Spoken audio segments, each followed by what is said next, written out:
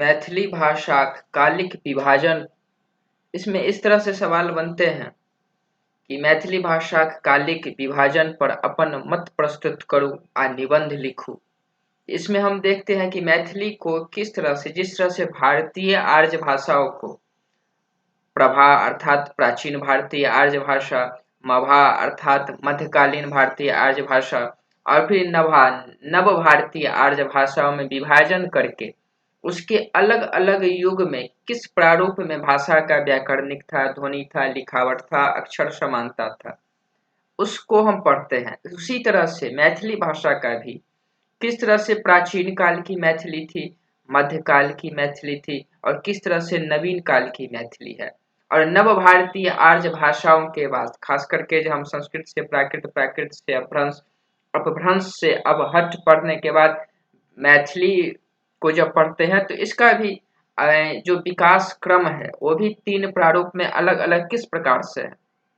तो बेसिकली हमें वही पढ़ना है कि मैथिली भाषा का कालिक विभाजन।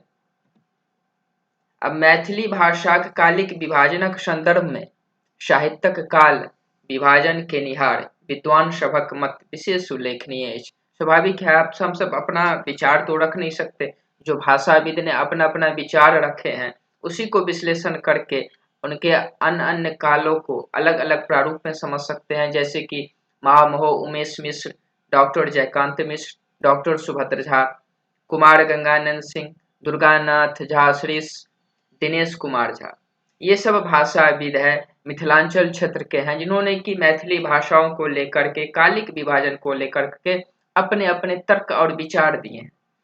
विद्वान साहित्यक काल विभाजन करवा काल भाषाक प्रसंग के सेहो मूल तत्वक रूप में विश्लेषित कयने छथिन, से तथ्य विशेष उल्लेखनीय है। अब विभाजन करने वक्त काल भाषाक प्रसंग के सेहो, भाषाक प्रसंग के सेहो अर्थात भाषा की जो प्रारूप किस तरह से आमजन में बोला जाता था, किस तरह से विद्वान जन की लिखावट में थी, उस टाइम की कोई प्रतिनिधित्व भाषा थी, प्रतिनिधित्व रचना थी, उसमें किस तरह से लिखावट थी, इसी जो भाषा की काल विभाजन का प्रमुख आधार है। तथापि कोनो भाषा कालिक विभाजन एकटा दुरूह कार्य थिक, अर्थात कठिन काम है। दुरूह मतलब कठिन काम है, क्योंकि इस पर अनेक सब अपना अपना तर्क देते हैं। संगहि साहित्य के भाषाक विकासक आधारमय एकमात्र विकल्प अछि। साहित्य के अर्थात साहित्य के भाषाक साहित्य में बहुत सारे भाषाओं का समूह आ जाता है और उसी साहित्य के अंदर कितने सारे भाषाओं का विकास होता है। तो उसी मैथिली साहित्य में अर्थात मैथिली साहित्य के अंदर भी कितने सारे मैथिली के अलग अलग प्रारूप में भाषाओं हैं, मैथिली का अलग अलग रूप है। तो उसी में साहित्य के भाषा के विकासक आधार में एकमात्र विकल्प अछि। मैथिली भाषा के जन्मक संदर्भ में एहि तथ्य के प्राय सब केओ स्वीकार करै छथिन जे लगभग 1000 ईस्वी लगीच अर्थात 1000 ईस्वी के आसपास नवाक अर्थात नव भारतीय आर्य भाषा अन्य भाषाक संग संग मैथिलियों के जन्म भेल ना। अब हम जो भारतीय आर्य भाषा की सबसे जो आधुनिक अर्थात नव भारतीय नवीन काल है, उसी में बहुत सारी भाषा, गुजराती, राजस्थानी के बाद बंगाली, असमिया, उड़िया के साथ मैथिली का भी जन्म हुआ। मुदा प्रारंभिक अवस्था में अर्थात प्रथम काल में प्रबुद्ध साहित्य में वही भाषा, प्रबुद्ध साहित्य मतलब जो विद्वत जन की भाषा थी, रचना की भाषा थी, उपस्थिति बड़ थोड़ अछि। अब स्वाभाविक है, कोई नवीन भाषा का जन्म होता है तो आम जन का होता है और वह आसान सरल होता है, लेकिन विज्ञान जो भाषाविद होते हैं, जो रचना करना चाहते हैं, वो आम जन की ही भाषाओं का उपयोग करना चाहते हैं ताकि उनको पढ़ करके आसानी से समझ आए और वह रचना लोकप्रियता हासिल कर सके। तो इसकी इसलिए शुरू में कोई नवीन भाषा की उपस्थिति प्रबुद्ध साहित्य में स्वाभाविक है कम ही रहेगा। उपस्थिति बड़ थोड़ अछि वा साहित्यक संक्रमण से गुजरैत अछि। संक्रमण अर्थात जो पहले अपभ्रंश अस्तित्व में था, उसके बाद फिर नवीन भाषाओं का जन्म होना, बंगला, असमी, उड़िया, मैथिली का, तो ये संक्रमण काल है कि अपभ्रंश से अन्य भाषाओं के रूप में परिवर्तन होना। विकासक संदर्भ में प्रश्न उत्पन्न करैत अछि, तें विद्वान लोक प्राचीन भाषाक संदर्भ में बड़ विवाद अछि। क्यों विद्वान 8वीं 9वीं शताब्दी से अर्थात 8-9 ईस्वी से 1300 ईस्वी धरि तो कियो 1000 ईस्वी से 1350 ईस्वी धरि तो कियो 1300 से 1600 ईस्वी धरि प्राचीन कालक भाषा के राखै छथिन। प्राचीन कालक भाषा अर्थात मैथिली के प्राचीन काल को कोई 800 से ईस्वी से शुरुआत मानते हैं, कोई 1000 ईस्वी से, तो कोई 1300 ईस्वी से। मध्यकालीन मैथिली, अब स्वाभाविक है प्राचीन काल का डेट कोई सर्वसम्मति से नहीं मिल रहा, तो मध्यकाल में फिर वही विवाद आगे बढ़ेगा। मध्यकालीन मैथिली संदर्भ में एहि कारण विवाद भ जाइत अछि। कियो 1300 ईस्वी से मध्यकाल के शुरू मानैत 1800 ईस्वी धरि राखै छथि, तो कियो 1350 से 1857 ईस्वी धरि, कियो 1600 से 1860 ईस्वी धरि मध्यकाल के राखै छथिन। पुनः आधुनिक कालक विकास सेहो कखनो 1800 ईस्वी से, कखनो 1850 ईस्वी, तो कखनो 1800, कखनो अर्थात कभी 1860 से कोई रख देते हैं, तो कोई 1850 से शुरुआत रख देते हैं।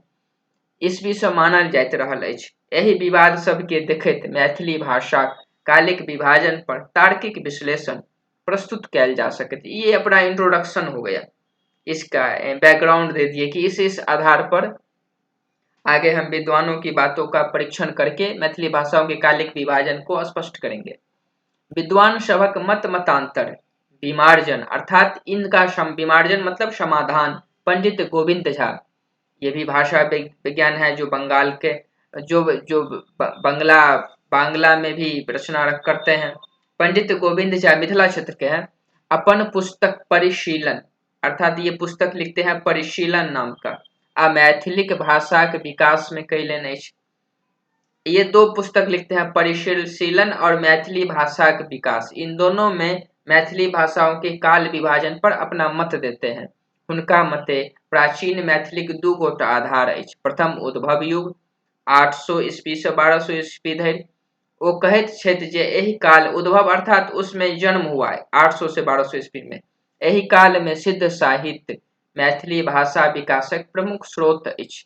सिद्ध साहित्य जो बौद्ध धर्म से संबंधित है स्रोत अछि, जकर भाषा एक दिस अपभ्रंशक कोख से निकलल। अपभ्रंशक कोख से अर्थात अपभ्रंश से ही बदला हुआ रूप मैथिली का उद्भव था। अपभ्रंशक कोख से निकलैत जनभाषा दिस अग्रसरित अछि। आगू विद्यापति आ ज्योतिरेश्वरक साहित्य में विद्यापति की कौन सी कीर्तिलता और ज्योतिरेश्वर की कौन सी वर्णरत्नाकर साहित्य में एहन भाषा सभक प्रयोग देखऽ लेल भेटैत अछि। पुनः 1200 ईस्वी से 1300 ईस्वी धरि मैथिली भाषा कोनो प्रतिनिधि रचना नहीं भेटैत अछि। 1300 ईस्वी लगीच, अब 1200 से 1300 ईस्वी अर्थात ये 100 साल में एक सुखाड़ सी आ गई, कोई रचना नहीं देखने को मिला। 1300 ईस्वी लगीच अर्थात 1300 ईस्वी के आसपास ज्योतिरेश्वरक वर्ण रत्नाकर विद्यापति कीर्तिलता कीर्ति पताका देशिल बैना अवहट्ट में रचल अछि। देशिल बैना अर्थात विद्यापति ने अवहट्ट को देशिल बैना कह करके, और जो कि मैथिली का पुराना रूप है जिसको कि विद्यापति यहाँ उद्भव युग में रखते हैं। तो इसी में रचल अछि जे वस्तुतः मैथिली भाषा आधारभूत भाषा थी। भाषा विकासक क्रम में विद्यापति पदावली भाषा, विद्यापति पदावली जो हम लोग के सिलेबस में पढ़ेंगे, इसमें 50 कविता है।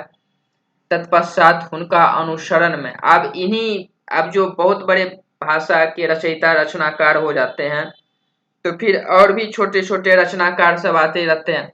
तो इन्हीं सब की अगुवाई में, इन्हीं सब की मतलब एक अगुवा हुए और उन सब के अनुसरण में रुचिपति, उमापति, भवनाथ, हर्षपति, लोचन आदि के रचना में जे भाषा भेटैत अछि वो वस्तुतः प्राचीन मैथिलिक आधार भाषा थी। अब उसी काल की ये सब जो रचना है उसी में जो मैथिली का रूप देखने को मिलता है वही प्राचीन मैथिली का आधार भाषा थी पंडित गोविंद झा के अनुसार।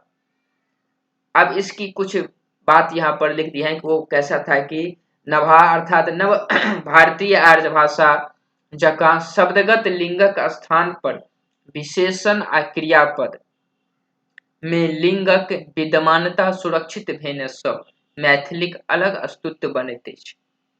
अर्थात नव भारतीय आर्य भाषा जैसे ही जो विशेषता प्राचीन कालीन मैथिली में देखने को मिलता है कि शब्दगत लिंगक स्थान पर विशेषण और क्रियापद एडजेक्टिव और वर्ब एडवर्ब में लिंगक विद्यमानता सुरक्षित भेने सँ मैथिलीक अलग अस्तित्व बनैत अछि। भूतकालिक क्रियापद अर्थात पास्ट टेंस क्रियापद बनेबा लेल दूटा रीति प्रचलित छल। उ आ ल लगा कऽ, जैसे धातु प्लस उ तो कर प्लस उ करू, चल प्लस ल चलल। चल हुआ वर्तमान काल प्रेजेंट के टेंस में, आ लगा दिए चलल तो ये पास्ट टेंस में हो गया कि मतलब काम शुरू है पहले से। क्रियापद में सर्वनामानुसंगिता सर्वनामानुसंगिता अर्थात सर्वनामक अनुरूप क्रिया परिवर्तन एहि काल धरि नहीं आयल छल। मध्यकालीन मैथिली के पंडित जी अर्थात गोविंद झा 1600 ईस्वी से 1850 ईस्वी धरि राखैत छथिन आ कहैत छथिन जे एहि काल में मैथिलीक विकास दू तरहे भेल अछि। एकटा केंद्रीय अवस्थिति में विकसित मैथिली आ दोसर विद्यापति अनुसरण में बंगाल। अब चूंकि विद्यापति बहुत बड़े कवि थे तो इनकी रचनाओं का प्रभाव बंगला, असमी, उड़िया और अंकिया नाटक जो कि असम की थी, नेवाड़ी नाटक जो कि नेपाल की थी, इन सब में प्रभाव देखने को मिलता है। तो इसी तरह से ये मैथिली मध्यकालीन मैथिली के विकास को दो भाग में बांटते हैं, एक केंद्रीय अवस्थिति में और दूसरा विद्यापति के अनुसरण में। अर्थात बिहार के आस पड़ोस में पूरे तरह से जो भाषाओं में एक विद्यापति की रचना से एक लहर सी आ गई, उसका प्रभाव देखने को मिलता है। यही भाषा की मैथिली उपभाषा नाम से हो देल गेल अछि। अर्थात मैथिली से ही मिलता जुलता बंगली, असमी, उड़िया थी। बंगालक प्रदेश में एकरा ब्रजबुली नाम से जानल जाइत अछि। दोसर दिस मिथिला में आ नेपाल में नाटक आ काव्यक भाषा केंद्रित मैथिलीक भाषा विकासक आधार बनल। उस टाइम में नाटक अर्थात जो मंचन किया जाता था किसी विशेष खास अवसर पर, तो उन सब में जो एक स्क्रिप्ट बनाने के लिए उन सब की जो स्टोरी की भाषा होती थी, वो सब मैथिली की सबसे शुरुआत की वो जो रूप था ठीक जैसे जो लगाते थे, वो सब शुरुआत की भाषाओं थी। इसकी कुछ उदाहरण सँ मध्यकालीन मैथिलीक स्वतंत्र आधार के बुझल जा सकैत अछि। अब ये प्राचीन मैथिली की अपेक्षा, अब जब तक हम किसी को तुलना नहीं करेंगे तब तक क्या परिवर्तन आया ये पता नहीं चलेगा। इसीलिए प्राचीन मैथिली से तुलना करते हुए मध्यकालीन मैथिली की आधार को समझा जा सकता है कि किस रूप में है। प्राचीन मैथिली की अपेक्षा व्याकरण में नियमितता आबि गेल। अब जो भाषा जितना पुराना होता जाएगा उसमें वही विद्वतजन अपनाते जाएंगे और व्याकरणिक को कठिनता से लागू कर दिया जाएगा। प्राचीन मैथिली की अपेक्षा व्याकरण में नियमितता आबि गेल। कब? मध्यकालीन मैथिली में। अपभ्रंशक प्रभाव पूर्णतः समाप्त हो गया। अपभ्रंश के ही कोई से निकला हुआ, अपभ्रंशक प्रभाव पूर्णतः समाप्त हो गया। कारक विभक्ति पूर्णतः उठ गई। यह व्याकरणिक परिवर्तन हुआ, जो कारक विभक्ति पूर्णतः उठ गए।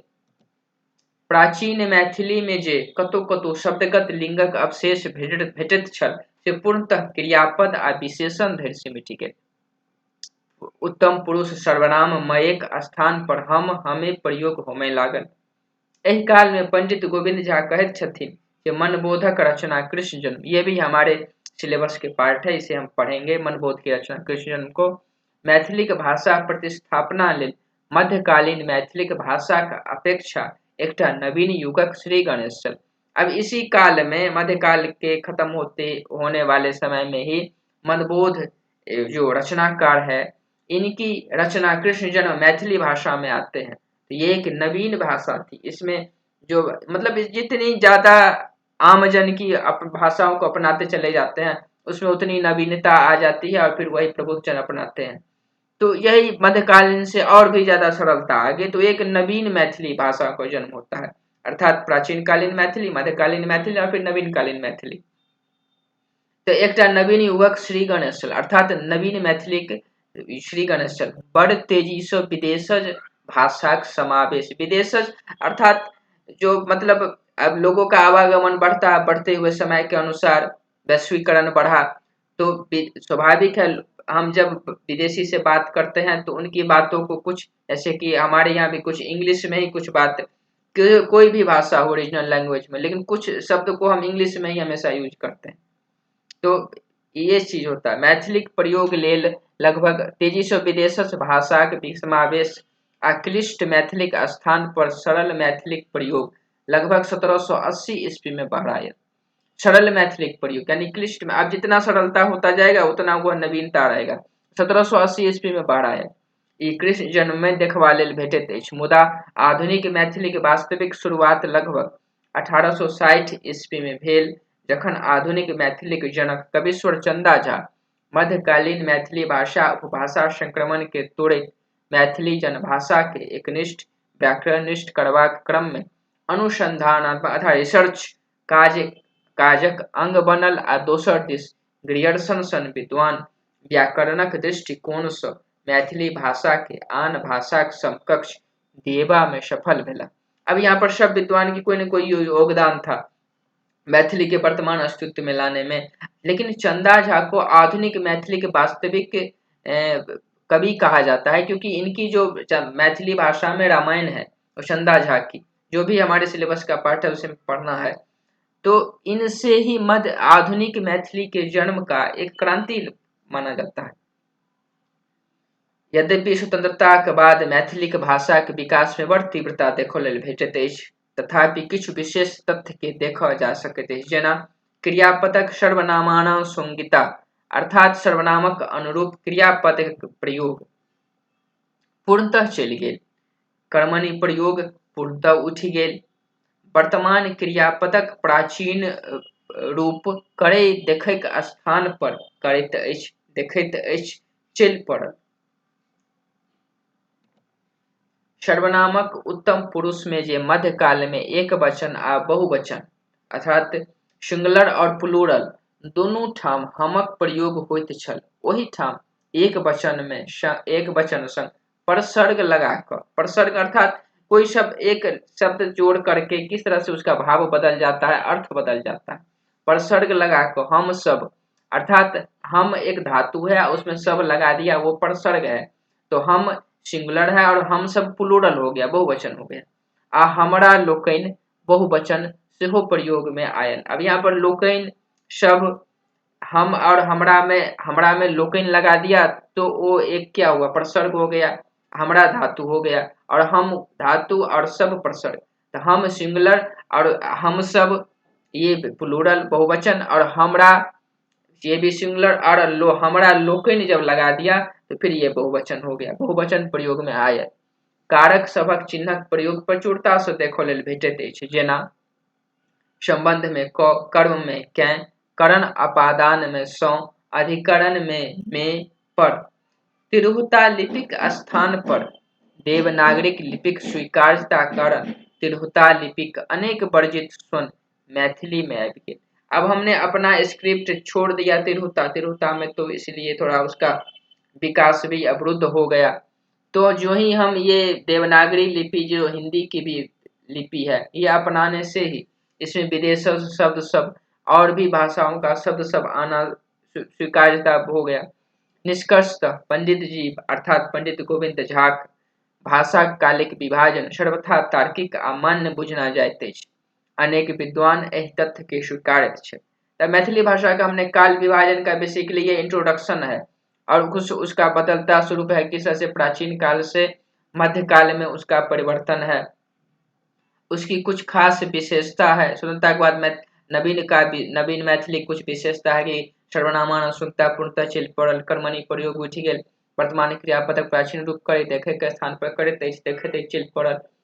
फिर इसी तरह से प्राचीन मैथिली की तुलना में मध्यकाल में किस तरह से परिवर्तन आया, इन सब को देखकर यही लगता है कि मैथिली भाषा का जो विभाजन है ये काल विभाजन 1300 से 800 से, जैसे कोई विद्वान कहते हैं कि 1300 ईस्वी थे 1000 ईस्वी से शुरू भेल थे क्यों 800, तो इन सब में पंडित गोविंद झा को ही कालिक विभाजन के इंट्रोडक्शन में हम मुख्य रखेंगे, क्योंकि इनकी परिशीलन पुस्तक और मैथिली भाषा के विकास को आधार में जो उन्होंने मैथिली भाषा का कालिक विभाजन पर आधार दिए हैं वो बहुत सारे विद्वान उस चीज को मानते हैं, इसीलिए ये आधार देंगे।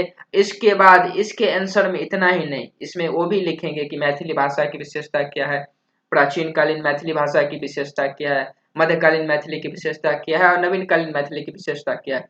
ये हम अलग अलग टॉपिक बना करके वीडियो को देंगे ताकि कोई कंफ्यूजन ना हो, वीडियो बड़ा नहीं हो, और इसी भी आंसर टॉपिक में वो आएगा। तो लाइक सब्सक्राइब जरूर कर दीजिएगा।